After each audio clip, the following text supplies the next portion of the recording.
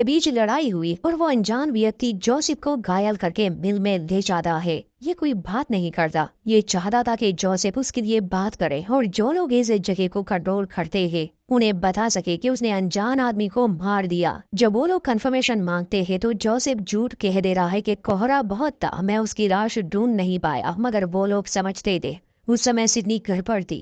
ये एक सेफ वहां भी प्रकट हुआ और उन लोगों ने सिडनी से संपर्क किया और बता दिया कि हम नहीं जानते वो कौन है, मगर ना तो वो तुम हो ना जोसेफ। मतलब इनका कोई फ्यूचर वर्जन नहीं है, ना ही इनके माता पिता में से कोई, मगर इन्हें उसे खत्म करना ही होगा। जब ये अनजान व्यक्ति घर में दाखिल हुआ तो सिडनी इससे लड़ती है और जब उसने उसका मास्क उतारा तो उसके तो होश उड़ गए क्योंकि ये उसकी बेटी स्टेफनी थी। इतने में जोसेफ भी वहां आ गया। तब तक स्टेफनी ने अपना चेहरा छुपा दिया था। सिडनी जोसेफ को रोकने की कोशिश करती मगर उसने गोली चला दी। अपनी बेटी की जान बचाने के लिए सिडनी सामने आए जिससे वो मरने लगी, मगर वो जोसेफ को बता नहीं पाई कि वो कौन थी। मौका पाकर स्टेफनी वहां से निकल गई। अपनी बहन की मौत पर जोसेफ बहुत दुखी था। बाद में उसने उसकी लाश को दफनाया। फिर वो उन लोगों से संपर्क करता है, उनसे विनती करता है कि वो उन्हें समय में वापस भेज दे ताकि वो अपनी गलती को सुधार सके।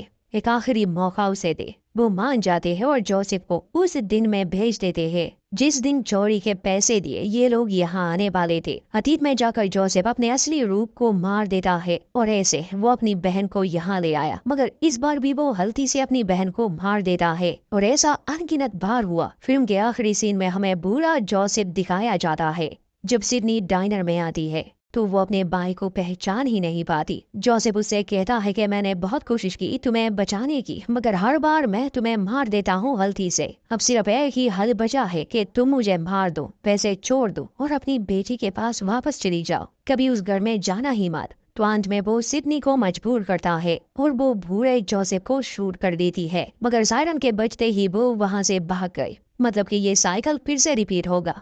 वो फिर से उस घर में जाएगी, एक ना खत्म होने वाला लूप। फिल्म की कहानी क्लियर तो नहीं कि आखिर सिडनी की बेटी वहाँ कैसे आई, पर शायद अपने माता पिता को ढूंढते हुए वो वहाँ तक आई होगी, या किसी टाइमलाइन में जोसेफ या सिडनी उसे लाए होंगे। और ये जगह शायद इंसान ने ही बनाई क्योंकि वो इसके बारे में बहुत कुछ जानते थे, बल्कि काफी हद तक चीजें उनके कंट्रोल में थी। 1955 के बाद से यहाँ ये प्रयोग हो रहे थे, इसीलिए तो अलग अलग सामान वहाँ पड़ा था। अब शायद जोसेफ और सिडनी से पहले कई लोग यहाँ रह चुके हो, या शायद अलग अलग टाइमलाइन में अलग अलग लोग हो।